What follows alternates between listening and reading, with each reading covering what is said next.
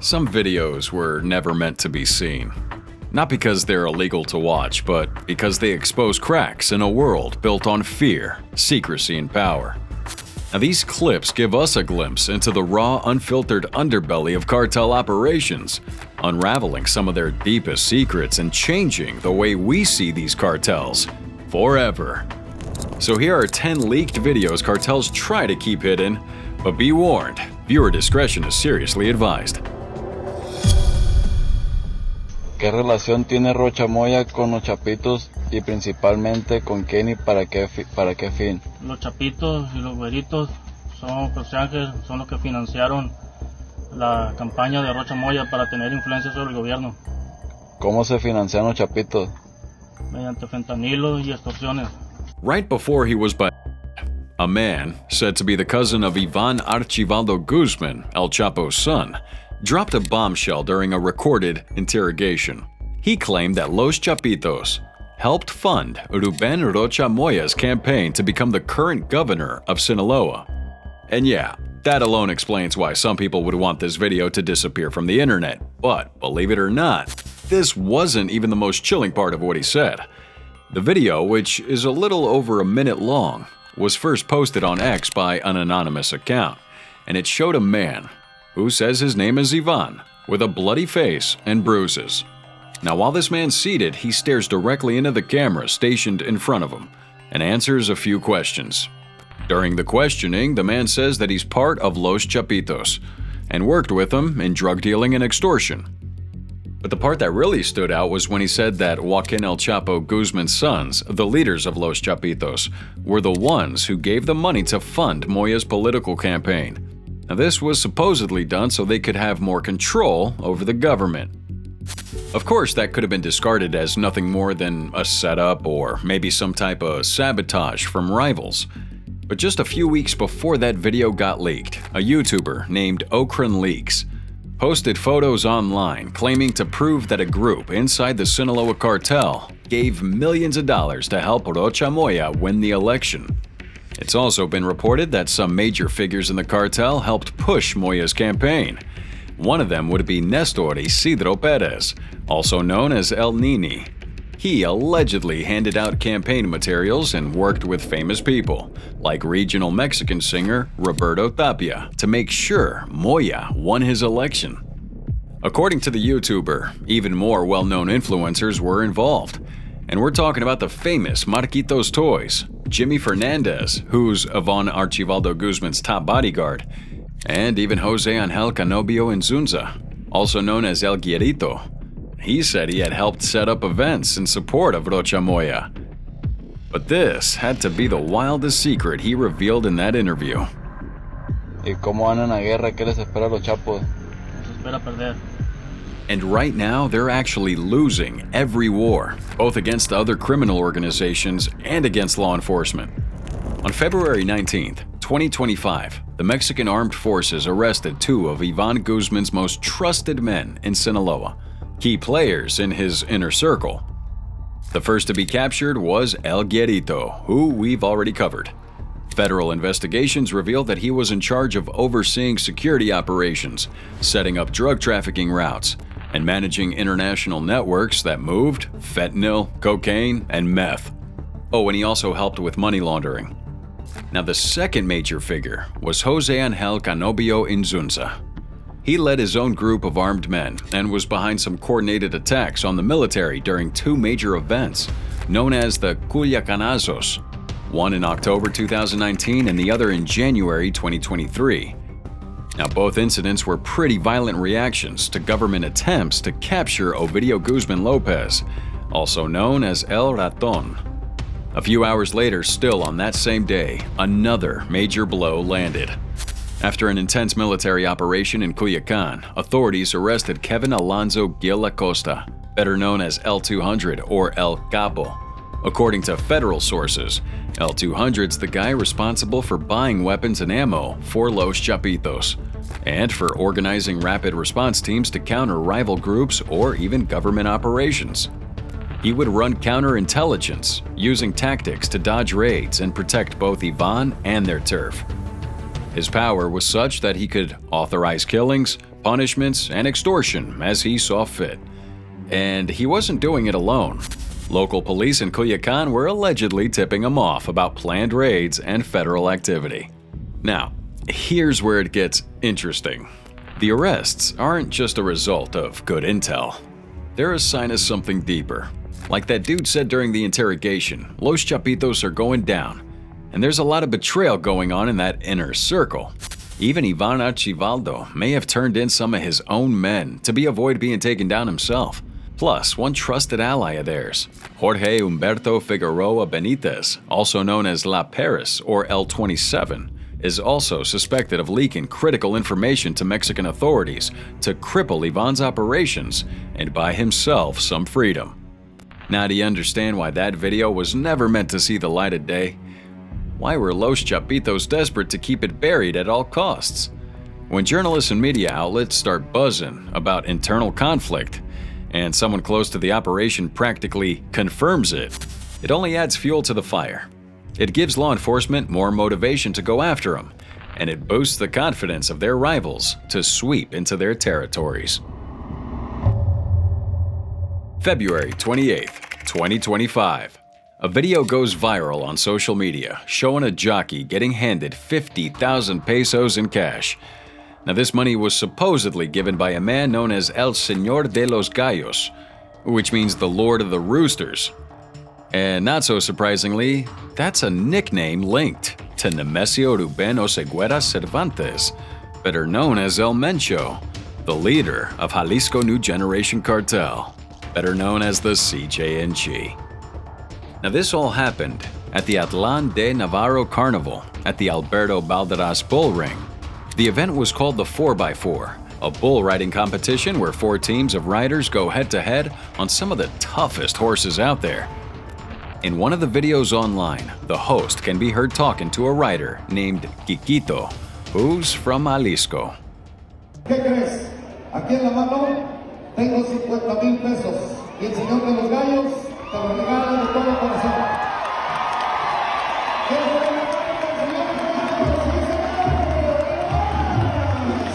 If you watched closely, the moment Quiquito heard who the prize was from, he took off his hat and lifted his arms in gratitude. Gotta be showing clear respect for El Mencho. But it's not just the money that's raising eyebrows here. At that same carnival, several street vendors were spotted wearing jackets with cartoon-style images of El Mencho. That alone's pretty alarming, because it feels like his image is being turned into a joke, or worse, maybe celebrated, right out in the open at a massive public event. And just to give you an idea of how big this event actually is, it runs from February 23rd to March 3rd and features some of the biggest names in Mexican music. We're talking about artists like Panter Bélico, Julián Álvarez, and Banda MS. Yet people here are cheering and applauding at the mention of El Mencho, the same El Mencho they believe to be behind thousands of deaths. This is what makes it kind of disturbing. Even more so because up to now, neither the federal government nor state authorities have made any public statement about the money being handed out in his name, or the possibility that this event had cartel support. And let's not pretend it's a one-time thing.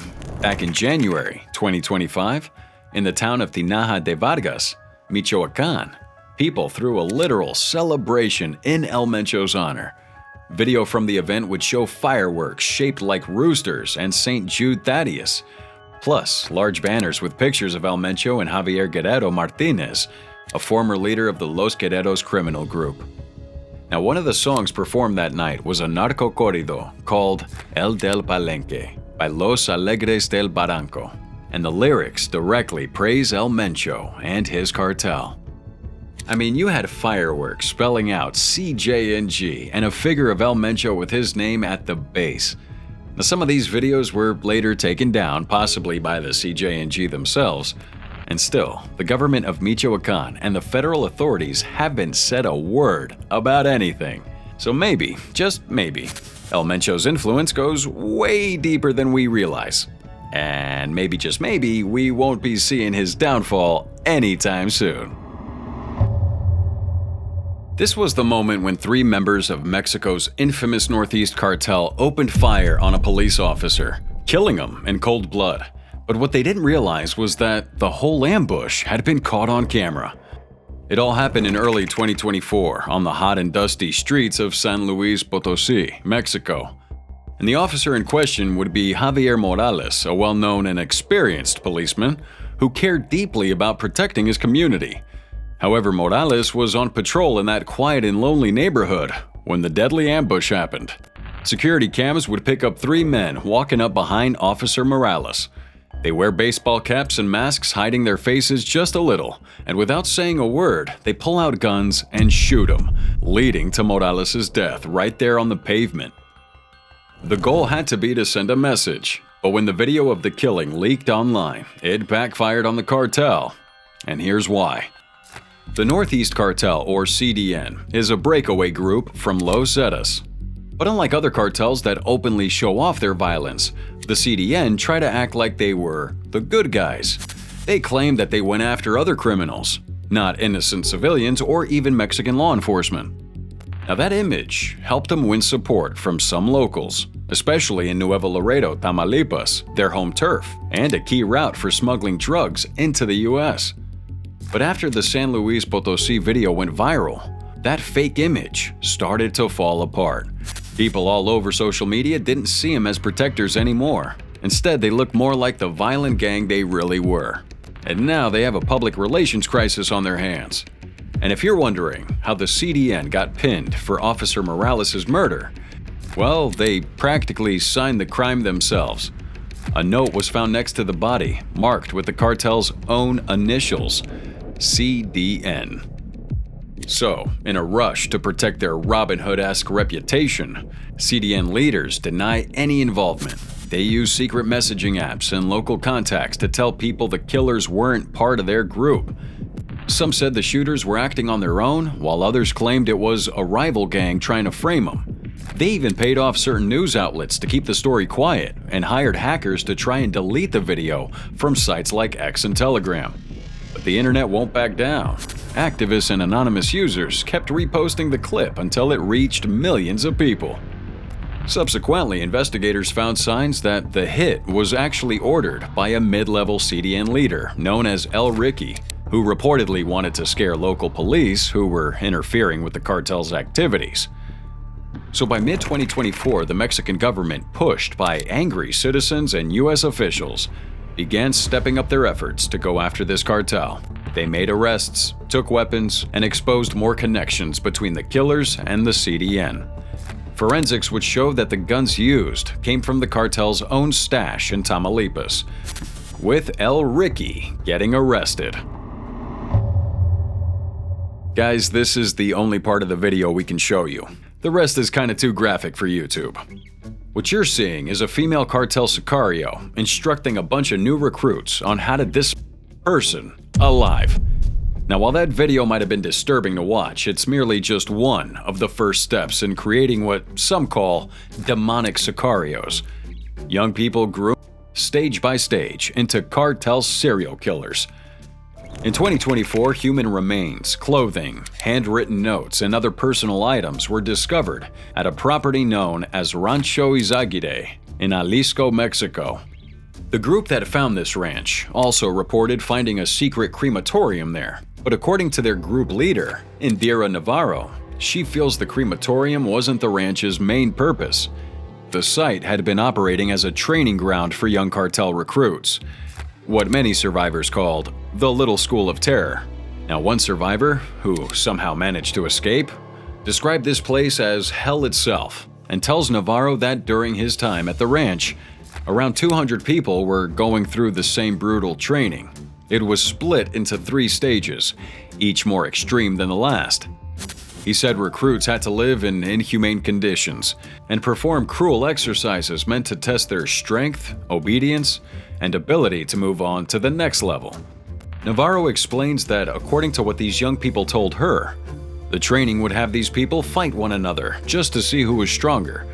Complaining could get you killed, and many who tried to persevere collapsed and died from exhaustion. The survivor said they were made to dig pits, lay them out with bricks and stones, douse them in gasoline, and then use them again and again to burn bodies. So let's say they made it through that stage. Then they were sent to active conflict zones like Zacatecas and Michoacán, regions where the CJNG is locked in violent battles with rival cartels. There, they're thrown into real combat, and if they survived, well, then they go to the final level of training, which involved even more killings. And here's something to keep in mind. The CJNG likely never wanted this information to surface, not just because of how horrifying it is, but because other cartels could gain insight into how their fighters are being built from the ground up. In the cartel world, secrets like these are strategic advantages, and losing that edge could shift power in very dangerous ways.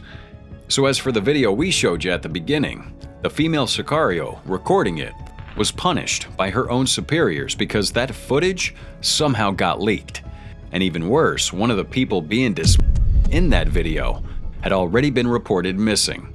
Locals and law enforcement were actively searching for him, and that recording didn't just confirm he was gone, but it also showed that he'd been reduced to nothing more than chopped up flesh for the CJNG. And because that truth slipped out into the open, the woman who recorded that video paid the ultimate price with her life. This is the moment 21-year-old Adriana Miranda, an Instagram model from Brazil with more than 10,000 followers, was tragically killed in front of her fans during an IG Live broadcast. According to reports, Miranda had been hired by a group of Mexican drug dealers to deliver some drugs, but things quickly went wrong. And she was supposed to wait for an assigned driver to help her with this delivery, but when that driver didn't show up on time, Adriana decided to take a taxi instead. And sadly, that taxi driver ended up robbing her and took all the drugs she was carrying. Now, most people in that situation would probably run and never look back. After all, you really don't want to get on the wrong side of drug dealers. But true to form, Adriana goes back to the gang and tries to explain what had happened. Better tell the truth than run away and lie, I guess, right? Maybe she'd hoped they'd understand. Or maybe she was just being naive. Either way, they didn't grant her a pardon. Instead, they were shocked, maybe even insulted, that she would come back at all. So, they force her to go on IG Live while they point a gun at her. And on this live stream, her followers watch as she's begging for her life, pleading that she didn't steal from them. But within 30 seconds, a gunshot's heard and the live stream ends. Adriana had been killed, and it all happened in front of thousands of viewers.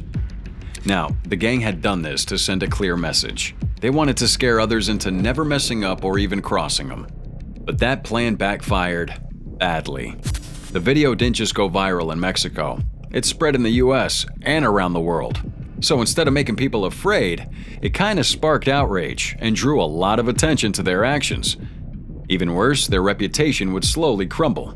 People, including other criminals, started seeing them in a negative light. Not like they didn't before. And even though their faces weren't shown in the video, police and investigators get involved. With the help of digital forensics and clues from the live stream's data, law enforcement got close to tracking them down. These guys weren't amateurs. They're used to hiding, and the gang vanishes before police can arrest them, slipping right back into the underworld. And after all was said and done, Adriana's death hasn't been avenged, while those responsible are still free. Depending on where you live, if you Google right now, El Marino Loco, this is likely the photo that pops up. It shows a former infantryman of the Mexican Navy, Eric Morales Guevara, aka El Marino Loco, standing beside a former drug lord he forced to play dress up. Now for context, El Marino Loco never shows his face, not once. This guy always wore a hoodie, a mask, maybe sunglasses, so his eyes were covered. The reason for that is that a lot of dangerous drug lords want him. But here's the thing, he doesn't care, not even a little bit. El Marino Loco, along with his team of Mexican Marines, were on a mission to take down and arrest every drug lord operating in the states of Tamaulipas and Nuevo León. However, it wasn't just capturing drug lords that made Loco famous, it was what he made him do that really put him in the spotlight. You see, back in 2006, a series of videos from El Marino Loco got millions of views on YouTube, making him kind of famous. We had Loco here and his team humiliating drug lords. that they had captured. And this little fame he acquired came right after he was assigned to the border city of Reynosa. Now his order was to capture the presumed regional leader of the Gulf Cartel in Reynosa, Julian Luisa Salinas, aka El Comandante Toro. El Marino was so close to capturing Comandante Toro, but out of nowhere, he was transferred to the city of Tamaulipas, where he became the Gulf Cartel's #1 enemy. Now this obviously made Loco furious, considering Salinas was one of his biggest enemies. And although destiny eventually delivered Julian right to him, the next set of drug lords he dealt with would have wished they were never born, rather than do the things El Marino Loco made him do. Now his first operation would be to raid a house of the former mayor of Altamira, Juvenal Hernandez Llano, who according to reports was working with the Gulf Cartel. But on getting to Hernandez Llano's residence, Loco met Llano and his son, who instead redirected him and his team to the house of the Gulf Cartel leader in the area, Sylvester Aro Rodriguez, better yet known as El Chive. Now El Chive was a bigger fish to catch, so Loco takes the bait. However, it was from this point on that he took the laws into his own hands. On getting to El Chive's house, El Chive himself was nowhere to be found, and Loco wasn't the type of guy to just walk away without leaving a mark. So he raided El Chive's house, destroyed his valuables, even stole the dude's father's ashes, and also marred a picture of El Chive's father found on the premises. Obviously, Loco could have left without doing these things, but he did them anyway. And to make matters worse, on his way out of El Chive's house, he stumbles upon 3 thugs whom he beats to a pulp, all in a bid to get to the actual location of El Chive. And he definitely knew how to get answers out of people, because shortly after, El Chive was eventually captured in a hospital in Tampico. And his brother, Marco Antonio Aro Rodriguez, was also captured a few days later. Oh, but El Marino Loco wasn't done. During this same operation, Loco carried out yet another of his humiliating acts on El Memido, a drug lord under the Gulf Cartel. Now he forces Memido to wear a lady's dress, put on some lip gloss, and kiss his own Sicario, while El Marino Loco and his team record it and make fun of him. And when the video was posted on social media, everybody got angry at El Marino Loco, and I mean everyone. Leaders of the Gulf Cartel, the public, and even the officers in the Mexican Marines. Several Navy officials called his methods unorthodox and unprofessional. Whatever, despite the huge success he and his team had gotten in capturing these drug lords. But it's around this time that Loco gave his first interview to El Blog del Narco. In it, he finally explained why he chose to humiliate those drug lords instead of just arresting them. In his words, he said, "They made that decision to be thugs, and among thugs, there has to be someone who's in charge. So that man must be consistently macho and bossy. So when I grab them, dress them as women, humiliate them, make them kiss each other, dance and pose as a woman, it's a way of humiliating them and reminding them that they're never gonna be what they think they are." You know, Marino Loco had a point. In Mexico, the masculinity of drug lords was taken very seriously. So emasculating them wasn't only insulting, it was in some way stripping them of their role as a leader. And believe us when we tell you that they fought to take those videos down. I mean, we couldn't even find any of them to show you here, but all in all, his actions officially put him at war with the Gulf Cartel. Eventually, though, the consequences did catch up with him. After a few more intense missions, he was removed from the Navy. Officials claimed that he had violated the human rights of drug lords. And get this, the Gulf Cartel tries to ruin him legally by accusing him of using stolen weapons, taking bribes, and stealing El Chive's father's ashes, which is kind of messed up. Only that last one was confirmed though. But coupled with other negative PR, El Marino didn't really get a chance to defend himself. So, he was officially dismissed. But you know what? He wasn't gone for long. In December 2020, rumors started swirling that El Marino Loco was back. This time though, his goal was to break the power of the Gulf and Northeast cartels, who'd been terrorizing Tamaulipas with fear and bloodshed. Some even believe that El Marino now leads an elite group called Black Fury, or the Widowmakers, a special unit of Tamaulipas State Police known for capturing and killing members of Hell's Troop, the Northeast Cartel's armed wing. But whether these rumors are true or not, one thing is for sure. In Tamaulipas, El Marino Loco became a legend. A man with no face, no fear, and enemies who, even with a $5 million bounty on his head, still couldn't catch him. 4 Americans kidnapped at gunpoint moments after crossing from Texas into Mexico. Cartel violence has plagued the area, and now 4 Americans caught in crossfire are missing. A powerful Mexican drug cartel has allegedly taken responsibility for the kidnapping of 4 U.S. citizens and killing 2 of them. Now they apologize. This is a video the Gulf Cartel wished had never seen the light of day, and it nearly triggered a full-blown war between the U.S. and the narcos. Now it captures the shocking moment 4 Americans are kidnapped by cartel sicarios. And the ending? Let's just say no one saw that coming. On March 3, 2023, Latavia Tay Washington McGee sets out for Mexico to undergo an abdominal procedure, the kind that many mothers opt for. And with medical costs in the U.S. being sky high, Mexico does offer that more affordable alternative. Now, she was no stranger to the country, having previously traveled there for cosmetic procedures. And she wasn't going alone. Her cousin Shaid Woodard and 2 friends, Zindell Brown and Eric James Williams, would join her for this 1,400-mile drive from Lake City, South Carolina to Matamoros, Tamaulipas, just south of the U.S.-Mexican border. They would cross into Matamoros in a white minivan with North Carolina plates, likely expecting nothing more than a routine trip. But instead of hospital beds and recovery time, they drove straight into a nightmare. We drove through a few streets and corners until we got back on the main street. And that's when a gang of shooting started. Zindell and Shaheed, they jumped out to run and they were gunned down. Gunmen stormed the scene, dragging the 4 Americans into the bed of the white pickup truck. Video captured in broad daylight shows heavily armed men in tan body armor loading them in. One victim appeared to be alive and sitting up, while the others were either injured or unresponsive. Then the truck sped off, leaving behind chaos and a bullet-ridden vehicle. Investigators later suggested the group was mistakenly identified as Haitian drug smugglers.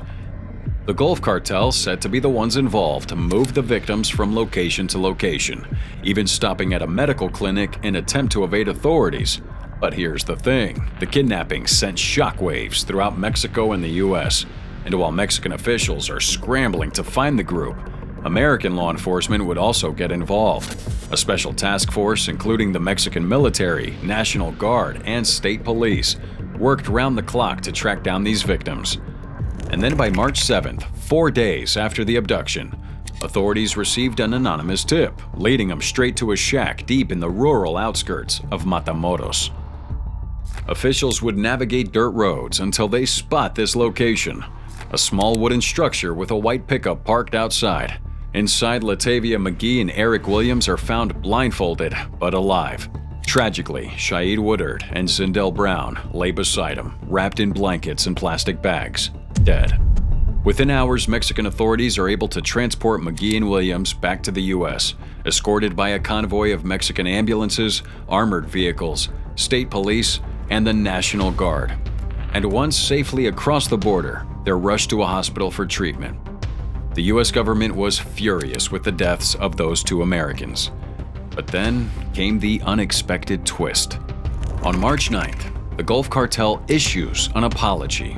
You heard that right, a cartel apology. In a letter obtained by the Associated Press, they condemned the attack, calling it a mistake, and claimed that the perpetrators had acted against the cartel's rules. As a show of contrition, they would turn over 5 of their own members to authorities, leaving them bound and face down with a note that read, "The guilty parties will pay." It's crazy when you think about the fact that if that video was never captured on surveillance, we don't think anybody would have known their whereabouts. And quite frankly, they might have just joined the multitude of people who have gone missing in Mexico. But I guess the fear of U.S. retaliation's a powerful motivator. Now, the Gulf Cartel clearly wanted no trouble.